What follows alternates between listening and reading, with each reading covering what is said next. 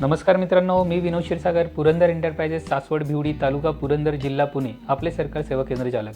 तर पुन्हा एकदा आपलं सर्वांचं स्वागत आहे पुरंदर शेतकरी विशेष या आपल्या यूट्यूब चॅनलमध्ये.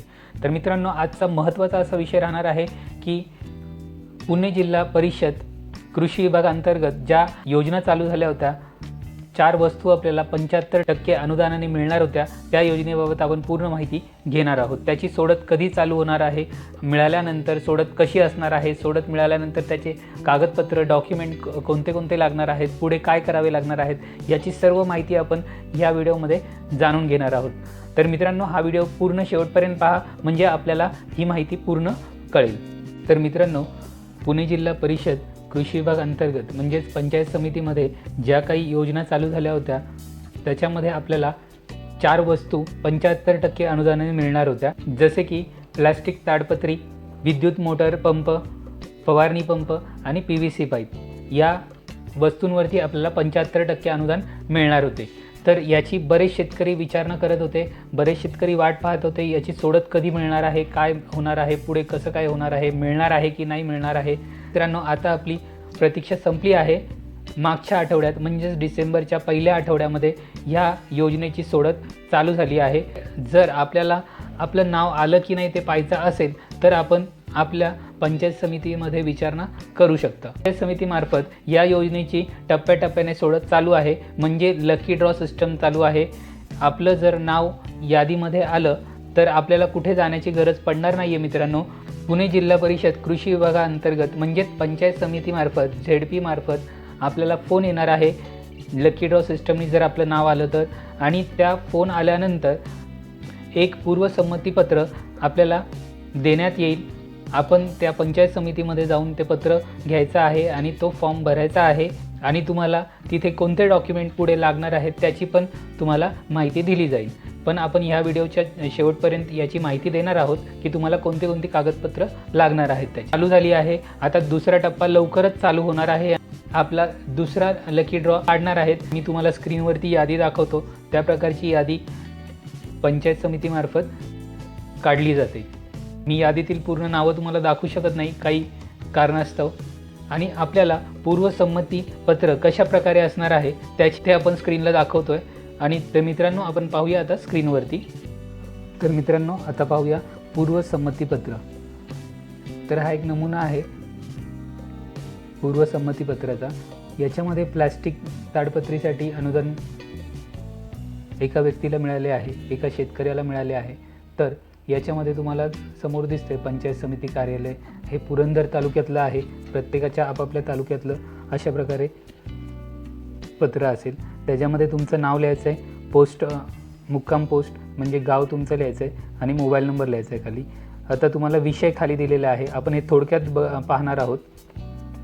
विषय: जिल्हा परिषद निधी सन 2025-26 अंतर्गत 75% अनुदानावर थेट लाभ हस्तांतर DBT योजनेत आपली निवड झाल्याने साहित्य खरेदी करण्याबाबत पूर्व संमती देण्याबाबत.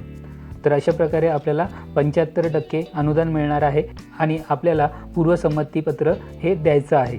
वरील विषयानुसार संदर्भ क्रमांक 1 अन्वये आपणास कळविण्यात येते की आपली सदर योजनेअंतर्गत प्लास्टिक ताडपत्री या बाबीसाठी निवड करण्यात आली आहे.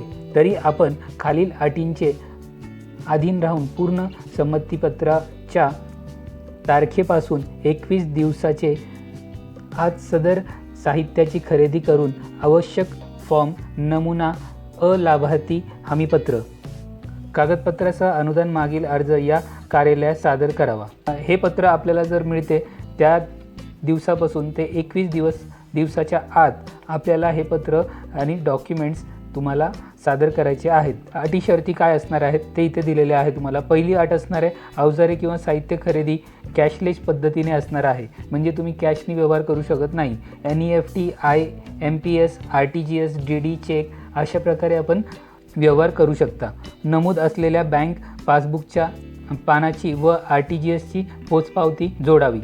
खरेदी पावती बिल हे अधिकृत परवाना धारक म्हणजे GST धारक असणाऱ्या पाहिजे, म्हणजे ज्याच्याकडून तुम्ही घेणार आहात त्याच्याकडे GST नंबर असला पाहिजे. त्याच्यावरती त्याचा पत्ता, खरेदी दिनांक, पावती क्रमांक, लाभार्थी व विक्रेत्याची स्वाक्षरी असली पाहिजे, साहित्याचे नाव असले पाहिजे, प्रति नग किंमत असली पाहिजे, नग संख्या असली पाहिजे व एकूण किंमत स्पष्टपणे नमूद असावी. अशा प्रकारे तुम्हाला बिल त्याचं बनवायचं आहे.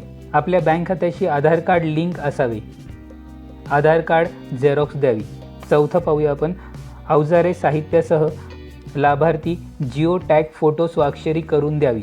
म्हणजे ज्यावेळेस तुम्ही जे काही साहित्य घेताय तिथे ताडपत्री उदाहरण घेऊया आपण.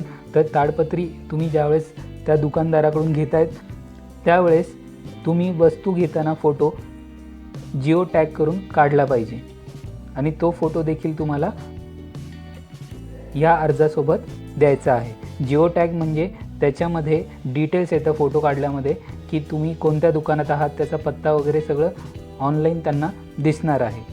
तुम्ही जिथून घेणार आहे तिथे तुमचा हा जिओ टॅगचा फोटो काढला जातो. त्याची तुम्हाला जास्त विचार करायची गरज नाही आहे. पाचवं, लाभार्थ्याने अवजारे यंत्रे खुल्या बाजारातून त्यांच्या पसंतीने खरेदी करणार असल्यास अवजारे साहित्य गुणवत्तेची सर्वस्वी जबाबदारी लाभार्थ्यांची राहील.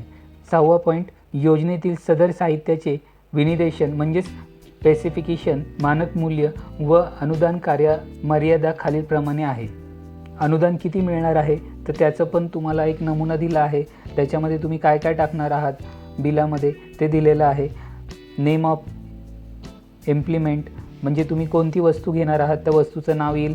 टेस्टिंग इन्स्टिट्यूट, त्याच्यानंतर testing standard, weight, fuel, wall thickness, approved rate for subsidy in rupees, योजनेअंतर्गत निश्चित कमाल अनुदानाची मर्यादा किती आहे हे सगळं तुम्हाला इथे डिटेल्स दिलेलं आहे आणि तुम्हाला बिलमध्ये तसं टाकायचं आहे. किंमत तुमची 75% किंवा त्याच्यामध्ये जी काही तुमची ही ताडपत्री आहे त्याच्यानंतर वेगवेगळे वस्तू आहेत त्याच्याप्रमाणे किंमत त्याची ठरलेली आहे. खाली तुम्हाला टीप दिलेली आहे. तरी वरीलप्रमाणे अवजारे साहित्य खरेदी मदतीस करून आवश्यक सर्व कागदपत्रे सादर करावीत. मुदतीत अवजारे साहित्य खरेदी न केल्यास सदर योजनेसाठी आपली केलेली निवड आपणास तीही सूचना अगर न कळविता रद्द करण्यात येईल याची नोंद घ्यावी.